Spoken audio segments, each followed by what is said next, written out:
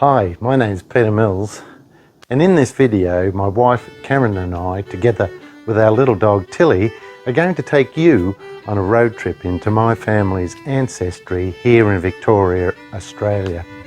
The purpose of this trip and why I started researching my family tree in the first place is that I hope it will be of interest to my existing family and most importantly future generations. When I started researching my family tree, I knew little about my family's history. All I had was a box full of old photos, most without names. Over the next 5 years, I managed to identify most of the people in those photos and where they fitted into my family's past. This road trip is a culmination of that research. It's still a work in progress, but I hope it helps you and future generations develop a better understanding of who you are today and just how much we owe to those that came before us. On this trip, we'll be visiting several locations in the Western District of Victoria where my forebears on both my father's and mother's side of the family came to settle in the early to mid-1800s. This is a captivating tale of hardship, mystery and tragedy, and I hope you find it as fascinating as I did while putting it together. Before we start, I'd like to give you a bit of a background into what Victoria was like in these early days of colonisation. For starters, the state as we know it today as Victoria didn't exist. It formed part of New South Wales and was referred to as the Port Phillip District. Apart from a couple of small European settlements along the coast, most of the land was occupied by several Aboriginal groups who had lived here for tens of thousands of years. It is impossible to say how many Aboriginals lived here at the time, but one thing is for certain: over the next 2 to 3 decades, the population was completely decimated. The major causes of this decimation included the introduction of European diseases like smallpox, measles, and influenza, for which the Aboriginals had no resistance.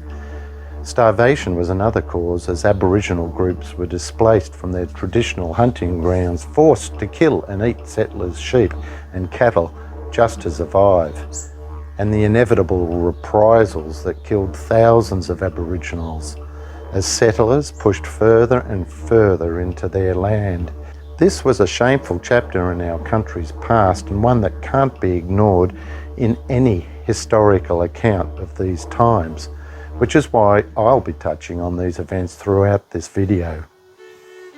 The exact reasons why my ancestors chose to settle in an unknown place so far from home remain a mystery, but the evidence suggests that some were just trying to escape a life of poverty and servitude, others to make their fortunes, and for some, they had no say in the matter because they were convicts sent to Van Diemen's Land for what we would call petty crimes today. I'll be touching on their stories a little later, but for now, let's take a quick look at what life was like for those early settlers.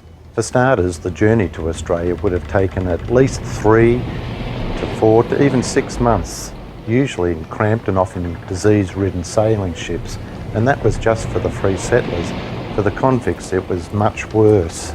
Deaths on these trips were common. As many as 20% of the children who travelled died along the way, while the adults fared a lot better, with about 2 in every 100 dying from illness, physical injury or drowning.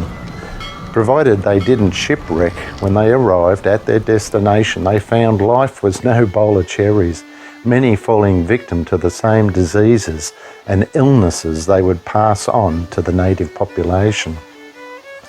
What made matters worse was that in those days, most people didn't bathe regularly, and the connection between personal hygiene and illness wasn't well understood. Typhoid was so common that it was referred to as the colonial fever. Tuberculosis was also feared and often fatal, especially for those living in remote locations, far from medical help. Scarlet fever, diphtheria, and whooping cough also took their toll on infant and child mortality rates that hovered around 15%. Despite these challenges, these early colonists displayed remarkable resilience and determination. They adapted to the harsh conditions, established communities, and laid the foundations for the nation we now know and call home today. And without them, we wouldn't be here, which is a good thing, right? With this in mind, let's get started on our road trip.